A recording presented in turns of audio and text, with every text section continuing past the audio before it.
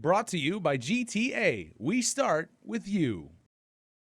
It was November 10th, 2004. Then First Lieutenant Joaquin Meno and his 3rd Platoon Alpha Company, 2nd of the 2nd Infantry Regiment, arrived at a house on a street in Fallujah, Iraq, as part of Operation Phantom Fury. Meno, who's originally from Rohan, was Staff Sergeant David Bellavia's platoon leader. We were doing continuous operations. We had gone into a block of about 12 houses, and we get to the second to last house, and my guys are getting ready to clear it. One squad goes in, clears the first room.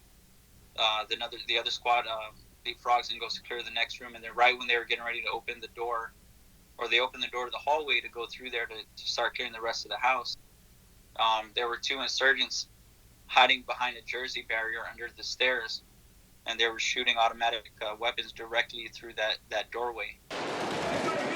So one of my squad automatic weapon gunner, Specialist Oli, actually turned the corner, and as soon as he turned the corner and he started, receiving enemy fire, he started returning fire, and to some miracle, the guy didn't even get hit. As he's returning fire, Staff Sergeant Bellavia is in the background telling, cease fire, and Specialist Oli's response was, well, then you tell them to stop firing.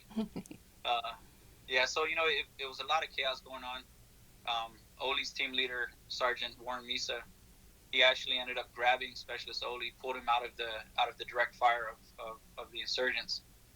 Then Sergeant Bellavia came over and was providing suppressive fire so that the rest of the guys in the house could be able to pull out. Meno admits his experience in Iraq changed a lot with how he looks at life and how he does things. When you go through such tough combat situations like that, and you lose really, really good soldiers, you lose really good leaders, and you're definitely going to feel some kind of emotion. And if you don't, something's wrong with you. He adds during Operation Phantom Fury, he lost his battalion command Sergeant Major Stephen Falkenberg, his company executive officer, 1st Lieutenant Edward Iwan, the battalion commander's gunner Staff Sergeant James Madison, and his company commander, Captain Sean Sims. I was very fortunate that my wife was very supportive of me, and I could be able to confide in her and talk to her about stuff. This allowed Meno to cope with everything in the long run. And when he saw the men from his platoon in D.C. for the Medal of Honor ceremony, he said they picked up right where they left off, and there was a flood of emotions.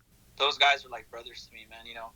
I have a lot of pride in being CHamoru. I have a lot of pride in where I'm from and my family and what have you. But these are guys that we went through so much stuff that I'd be willing to go back into combat any day. If these guys were asked to go with them. Meno says although most of his immediate family has moved off island, he does have a desire to return to Guam and give back to the place he calls home.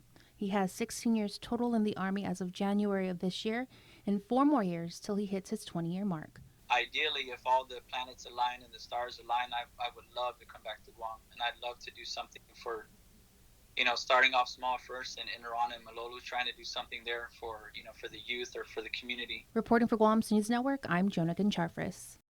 Brought to you by GTA. We start with you.